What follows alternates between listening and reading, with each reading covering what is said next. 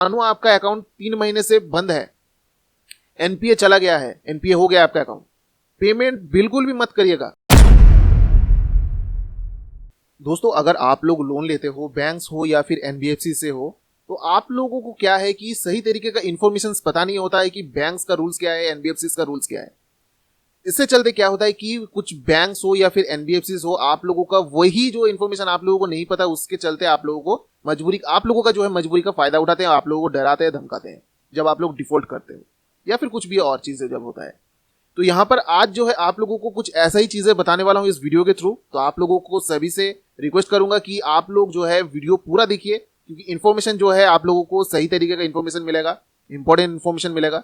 तो सभी को मैं रिक्वेस्ट करूंगा कि अगर आप लोग नए हो, अभी तक आप लोगों ने सब्सक्राइब बटन प्रेस नहीं किए हो, तो सभी जो है सब्सक्राइब बटन प्रेस करके बेल आइकन को जरूर प्रेस करें। साथ में जो है ऑल नोटिफिकेशन प्रेस करिएगा। इससे क्या होगा कि जो भी इन्फॉर्मेशन आप लोगों के लिए मैं अपलोड करूंगा वीडियो, आपको नोटिफिकेशन में इंस्टेंटली मिल जाएगा। तो इसी जो है काम है इसका, सब्सक्राइब बटन का काम यही है। तो दोस्तों यहाँ पर आप लोगों को बता दूं कि आप लोग अगर बैंक्स हो या फिर एनबीएफसी से हो, अगर आप लोग लोन लिए हो और अगर आप लोग लगातार डिफॉल्ट कर रहे हो, डिफॉल्ट करना क्या होता है कि मानो आप ईएमआई पे लोन अगर लेते हो तो आपका एक टाइम होता है, मानो कि मंथ के जो है 7 तारीख या फिर 15 तारीख या फिर 16 तारीख को जो है आपको पेमेंट करना है। ठीक है, तो हर महीने जो है किस्त जो है आप लोगों को पेमेंट करना पड़ता है, थोड़ा थोड़ा करके जो अमाउंट होता है उसको पेमेंट करना पड़ता है। अब लगातार आप लोग 3 महीने पेमेंट नहीं करते हो, तो इससे चलते क्या होता है कि आप लोग डिफॉल्ट करते हो, तभी जो है आप लोग डिफॉल्टर घोषित होते हो कि आपने जो है डिफॉल्ट कर गए, आपने रिपेमेंट नहीं कर पाए, जो डेट था उस डेट में आप पेमेंट नहीं कर पाए। ठीक है, तो यहां पर क्या होता है कि अगर मानो कि आप लोग लगातार 3 महीने, जनवरी फरवरी मार्च, लगातार 3 महीने अगर आप पेमेंट नहीं करते हो, तब आपका अकाउंट चला जाता है एनपीए में। ये जो है बैंक का वर्ड है एनपीए। अब ये एनपीए का फुल फॉर्म क्या है? Non performing asset. Non performing asset का मतलब क्या हुआ कि बैंक जो है आपको लोन दिया था, अब लोन का जो है वो पैसा जो आपके तरफ से मिल रहा था मंथली बेसिस में, उसमें इंटरेस्ट भी वहां पे है, तो ये जो है बैंक का एक इनकम है। ठीक है, अब बैंक ने वहां पे आपको पैसा दिया है, आपके पास से जो है इंटरेस्ट के तौर पे पैसा वापस ले रहा है, तो बैंक का जो है यहाँ पे प्रॉफिट हो रहा है।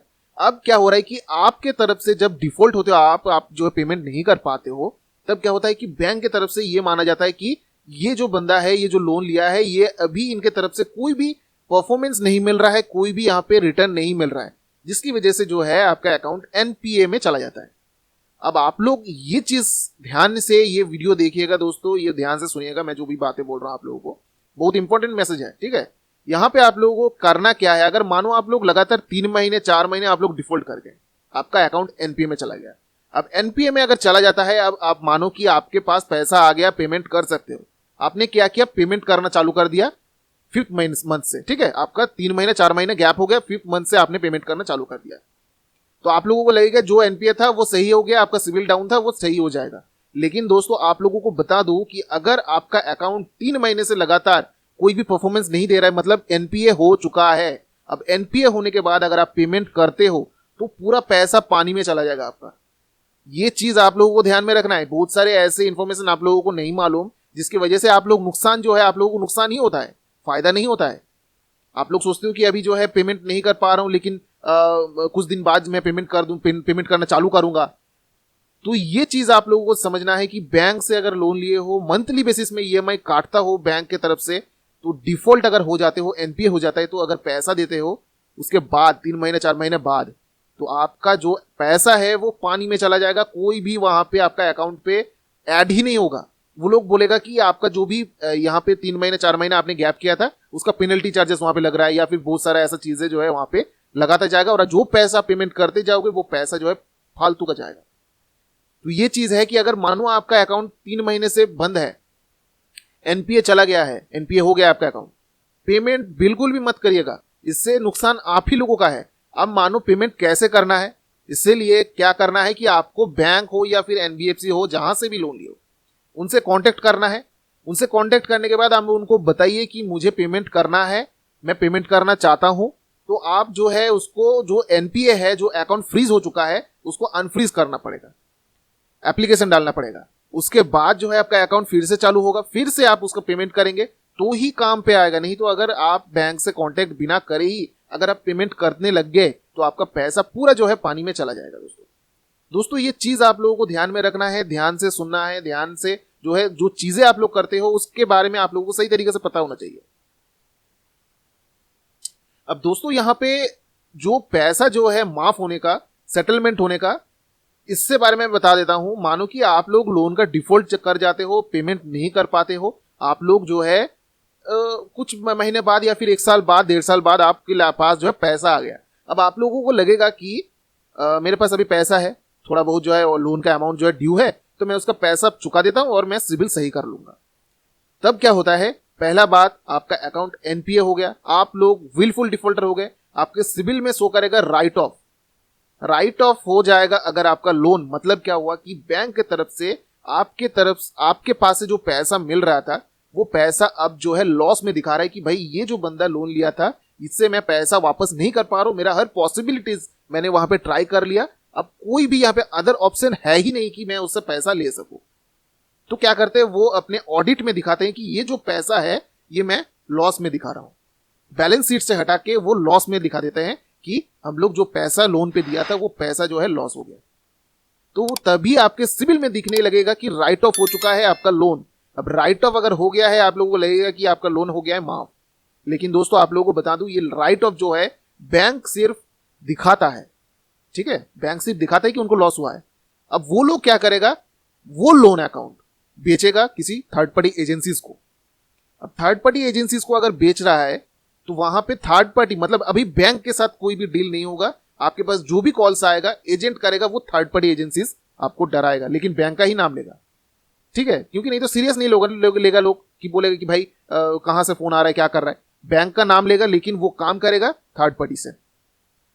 अब यहां पे मेन मुद्दा ये आ रहा है, मेन जो टॉपिक मेन है यहां पे वो क्या है कि आपके ऊपर जो लीगल एक्शन का बातें यहां पे होता है डिफॉल्ट होने के बाद, एनपीए जो अगर आपके पास मैसेज आ रहा है कि आपका लोन जो है राइट ऑफ हो चुका है, उसके बाद अगर बोला जाता है कि आपको जो है लीगल एक्शन, आपके ऊपर लीगल एक्शन लेंगे, क्या सच में ये लोग लीगल एक्शन ले सकता है दोस्तों? तो यहां पे आंसर जो है वो है नो, नहीं ले सकता। क्यों नहीं ले सकता? अब जो है ये बैंक किसी थर्ड पार्टी को अपना जो अकाउंट है, आपका जो अकाउंट है वो बेच डाला किसी थर्ड पार्टी एजेंसी को। अब बेचने का मतलब क्या, वो बिजनेस में चला गया। अब यहाँ पे कोई लीगल टर्म यहाँ पे आ नहीं रहा है। अब वो जो पैसा आपसे उधार लेगा, मतलब पैसा मांगने के लिए आपको फोन करेगा या फिर जो चीजें वो लोग अपनाएगा वो अलग तरीके का चीजें होगा, वो कमीशन बेसिस में वो लोग काम करेगा, ठीक है।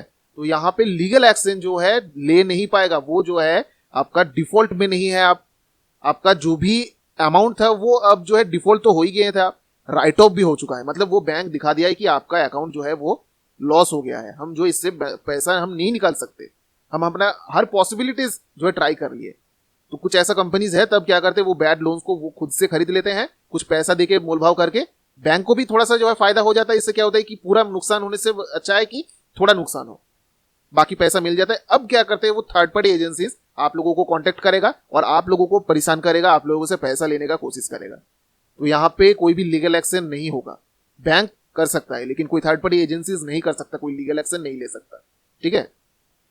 तो ये चीज आप लोगों को समझना है। और सेटलमेंट की बात, अगर मानो आप सेटलमेंट करना चाहते हो, अगर लग रहा है कि अगर सेटलमेंट कर लोगे तो आपका सिबिल सही हो जाएगा, तो आप लोगों को बता दूं कि अगर आप डिफॉल्ट करते हो 1 साल 1.5 साल बाद अगर आप सेटल करते हो तो सिबिल में आपका वहां पे सेटल्ड लिखा हुआ रह जाएगा, हमेशा के लिए रह जाएगा, ठीक है। अब सेटल्ड रहेगा मतलब क्या हुआ कि अब दूसरे टाइम में आप लोन अगर लेने जाओगे, वहां पे लोन आपने सेटल करके क्लोज कर दिया अकाउंट, कोई दिक्कत नहीं है। लेकिन अब दूसरे टाइम में, मतलब आगे इन फ्यूचर में अगर आप लोन लेने जाओगे तब क्या होगा कि आपका जो भी लोन आप जहां से भी ले रहे हो वो चेक करेगा आपका सिबिल और देखेगा कि यहाँ पे जो है सेटल्ड लिखा हुआ है। तो सेटल्ड जो वो हटेगा नहीं, आप वहां पे अगर देखेगा सेटल्ड है तो आपको लोन मिलने पर भी दिक्कतें होगा।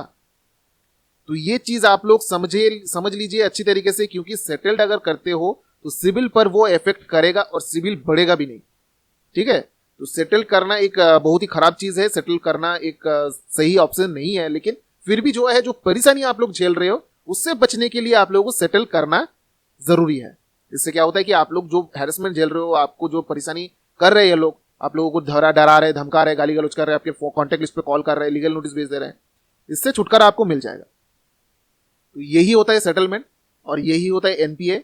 तो आप लोगों को आई होप इस वीडियो से पूरा इन्फॉर्मेशन मिल गया होगा कि बैंक एनबीएफसी का रूल्स क्या है, अगर आप डिफॉल्ट करते हो तो क्या कर सकते हैं वो लोग, क्या नहीं कर सकता है, आप लोगों को पता चल गया। अगर आपके ऊपर केस करना होता तो इतने दिनों में आप लोग कोर्ट के चक्कर काट चुके होंगे, ठीक है। लेकिन अभी तक किसी के ऊपर केस नहीं हुआ है, किसी को कोर्ट तक जाना नहीं पड़ा है, तो आप लोग बेफिक्र रहिए। ये लोग, इन लोगों को पता है अच्छी तरीके से लॉ क्या होता है, किस तरीके से इनको हैंडल करना है। अगर हम कोर्ट तक चले जाए तो भाई क्या हो सकता है, इन लोगों का अच्छा खासा मालूम है। लेकिन आम इंसान को नहीं पता। आम इंसान को यही पता है कि भाई कोर्ट जाना पड़ेगा, भाई पुलिस आ जाएगा घर पे, मेरे इज्जत का क्या होगा, अब मुझे जो है इतना खर्चा करना पड़ेगा, अब क्या होगा, कहां पे जाना पड़ेगा। ये थॉट्स जो है आप लोगों के मन में आएगा और आप लोग जो है डरोगे और डर के मारे गलत स्टेप्स भी आप लोग ले सकते हो। इसीलिए आप सभी से मेरी रिक्वेस्ट कर रहे हो कि आप लोग डरिए मत। लोन लिए हो, क्राइम बिल्कुल भी नहीं किए हो आप लोगों ने दोस्तों। लोन लेना क्राइम नहीं है, लोन डिफॉल्ट करना भी क्राइम नहीं है। अगर क्राइम है ही नहीं तो आप लोग बेफालतू में क्यों डर रहे हो। दोस्तों आप सभी से मैं रिक्वेस्ट कर रहा हूं कि आप लोग रोज मेरा वीडियोस देखिए। इससे आप लोगों को मन के अंदर जो डर पैदा हुआ है, जो डर जो है आपके मन के अंदर, वो टोटली जो है गायब कर दूंगा, ये मेरा गारंटी है। बस आप लोग सपोर्ट करिए मुझे, मैं आप लोगों के साथ हूं, आप लोगों के साथ हमेशा रहूंगा दोस्तों। तब तक के लिए चलते रहो, टेक केयर, जय हिंद, जय भारत दोस्तों।